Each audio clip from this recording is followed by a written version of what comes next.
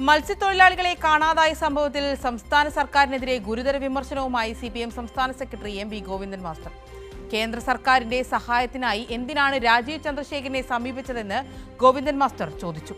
TG മോഹൻദാസിന്റെ ജാമ്യത്തിലും Vande Mataram വിഷയത്തിലും BJPയുമായുള്ള ബന്ധം ജനങ്ങൾ തിരിച്ചറിയുന്നുണ്ട്.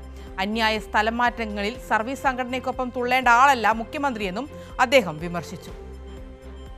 കടലിൽ കാണാതായ മത്സ്യത്തൊഴിലാളികളുടെ കുടുംബങ്ങൾക്ക് ആനുകൂല്യം നൽകുന്ന വിഷയത്തിൽ മുഖ്യമന്ത്രി കള്ളം പറയുകയാണെന്ന് ഗോവിന്ദൻ മാസ്റ്റർ ചൂണ്ടിക്കാട്ടി. അതായത് ഒരാളെ കാണാതായാൽ അവർക്ക് മരിച്ചു എന്ന രീതിയിലുള്ള ആനുകൂല്യങ്ങൾ കൊടുക്കാൻ കേരളത്തിൽ ഇതുവരെ 7 വർഷം കാത്തിരിക്കണം. എന്നാൽ മാത്രമേ ആനുകൂല്യം കൊടുക്കാൻ സാധിക്കുള്ളൂ. അത് ഞാൻ മാറ്റുകയാണ് എന്നാണ് ചരിത്രത്തിൽ ആദ്യമായി ഞാനിത് മാറ്റുന്നു എന്നാണ് VD സതീശൻ പറഞ്ഞത്. ഇത് ശുദ്ധ അസംബന്ധ പ്രഖ്യാപനമാണ്. ഒരു മുഖ്യമന്ത്രി അതിൻ്റെ ഗൗരവത്തിൽ പറയേണ്ട കാര്യം ഇങ്ങനെ അവതരിപ്പിച്ചാൽ എന്താ നമുക്ക് പറയാൻ പറ്റുക?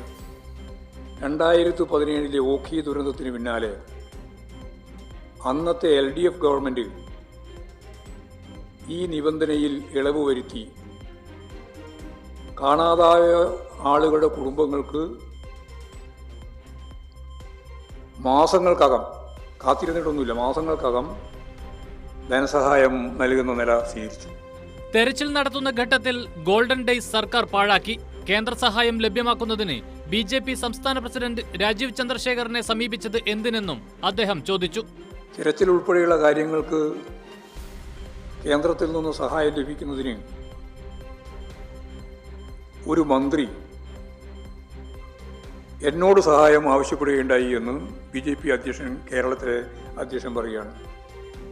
കേന്ദ്ര സർക്കാരിൻ്റെയും നേവിയുടെയും കോസ്റ്റ് ഗാർഡിൻ്റെയും സഹായം തേടാൻ സർക്കാരിന് എന്തിനാണ് BJP അധ്യക്ഷനെ കാണുന്നത് എന്ന കാര്യം വളരെ ഗൗരവമുള്ള ഒന്നാണ്. അപ്പോൾ വീണ് കിട്ടുന്ന ഓരോ അവസരവും BJPയുമായി പാലമിടാനാണ് VD സതീശനും അതുപോലെ തന്നെ UDF സർക്കാരും ശ്രമിക്കുന്നത്. ഈ പരസ്യ ബാന്ധവം സംബന്ധിച്ച് കേരളത്തിലെ മതനിരപേക്ഷവാദികൾ കൃത്യമായിട്ട് മനസ്സിലാക്കുന്നുണ്ട്. TG മോഹൻദാസിന് ജാമ്യം ലഭിക്കുന്നതിന് സർക്കാർ ബോധപൂർവമായ ഇടപെടൽ നടത്തി. വന്ദേമാതരം വിഷയത്തിലും BJPയുമായുള്ള ബാന്ധവം വ്യക്തമായതായും ഗോവിന്ദൻ മാസ്റ്റർ കുറ്റപ്പെടുത്തി. അന്യായമായ സ്ഥലം മാറ്റങ്ങൾ വ്യാപകമാവുകയാണ്.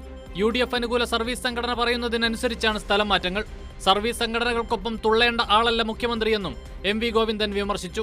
NGO അസോസിയേഷന്റെ നേതാക്കന്മാർ പേരെഴുതി കൊടുത്ത് ഇന്ന ആളുകളെ മാറ്റണം എന്ന് പറഞ്ഞപ്പോൾ യാതൊരു മടിയുമില്ലാതെ ഉയർന്ന ഉദ്യോഗസ്ഥന്മാർ ഇന്നയാളുടെ അഭ്യർത്ഥനയനുസരിച്ച് ഇന്ന ആളുകളെ മാറ്റിയിരിക്കുന്നു എന്ന് അന്ന് ഓർഡർ ഉണ്ടാക്കി.